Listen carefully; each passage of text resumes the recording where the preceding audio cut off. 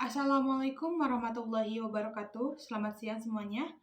Perkenalkan, nama saya Rizky Sriwayuni dari Program Studi Manajemen kelas MN21K. Di sini saya akan sedikit membahas mengenai ruang lingkup manajemen risiko keuangan yang bertujuan untuk memenuhi tugas mata kuliah manajemen risiko keuangan yang diampu oleh Bapak Dr. Andes Dr. Gustian Juanda, SEMM. Manajemen risiko keuangan adalah pendekatan sistematis untuk mengidentifikasi, mengukur, mengelola, dan memantau risiko yang terkait dengan aspek keuangan suatu organisasi. Nah, tujuan utama manajemen risiko keuangan ini adalah untuk melindungi nilai perusahaan, memaksimalkan pengembalian, dan memastikan keberlanjutan keuangan. Selanjutnya ada jenis-jenis risiko dalam manajemen risiko keuangan.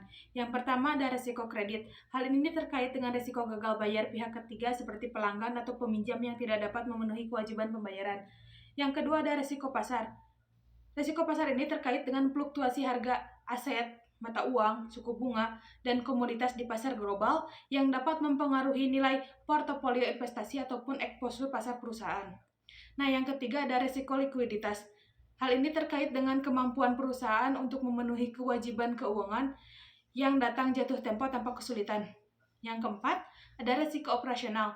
Hal ini berkaitan dengan risiko yang muncul dari operasi sehari-hari perusahaan, seperti kesalahan manusia, gangguan sistem, ataupun perubahan peraturan. Nah, yang kelima ada risiko hukum, yaitu terkait dengan risiko yang timbul dari pelanggaran hukum, tuntutan hukum, ataupun perubahan peraturan yang dapat mempengaruhi keuangan perusahaan. Selain mengenai jenis-jenis risiko pada manajemen risiko keuangan, selanjutnya ada komponen manajemen risiko keuangan. Yang pertama ada identifikasi risiko. Nah, proses mengidentifikasi potensi risiko yang dapat mempengaruhi keuangan perusahaan ini melibatkan pemahaman yang mendalam tentang aktivitas bisnis dan faktor eksternal. Nah, yang kedua ada evaluasi risiko. Nah, proses penilaian sejauh mana risiko tersebut dapat berdampak pada keuangan perusahaan, termasuk pengukuran dampak dan probabilitas risiko. Yang ketiga ada pengukuran risiko.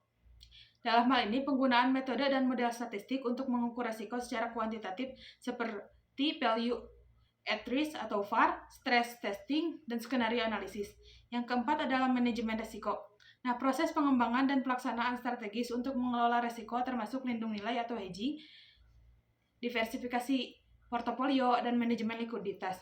Yang kelima ada pemantauan dan pelaporan risiko. Sistematis pengawasan risiko secara berkala dan melaporkan informasi risiko kepada pemangku kepentingan internal dan eksternal.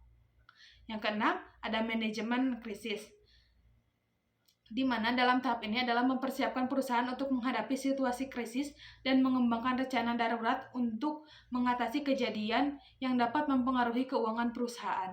Selanjutnya ada aplikasi manajemen risiko keuangan. Manajemen risiko keuangan ini diterapkan di berbagai sektor termasuk perbankan, asuransi, perusahaan manufaktur, investasi, dan sektor publik. Hal ini berperan penting dalam pengambilan keputusan investasi, pemilihan sumber dana, manajemen modal kerja, dan strategi keuangan jangka panjang. Nah, selanjutnya ada pembahasan mengenai regulasi dan kepatuhan. Banyak lembaga keuangan dan perusahaan publik diwajibkan oleh regulator untuk memiliki proses manajemen risiko yang efektif untuk mematuhi peraturan dan standar industri. Manajemen risiko keuangan ini adalah aspek penting dari pengelolaan bisnis yang bertujuan untuk mengidentifikasi, mengukur, mengelola risiko finansial, dan dapat memengaruhi kesehatan keuangan suatu organisasi. Hal ini membantu perusahaan menghadapi ketidakpastian dan mencapai tujuan keuangan mereka dengan lebih efektif dan efisien. Mungkin hanya sekian pembahasan mengenai ruang lingkup manajemen risiko keuangan yang dapat saya sampaikan. Kurang lebihnya mohon maaf. Terima kasih atas perhatiannya. Wassalamualaikum warahmatullahi wabarakatuh.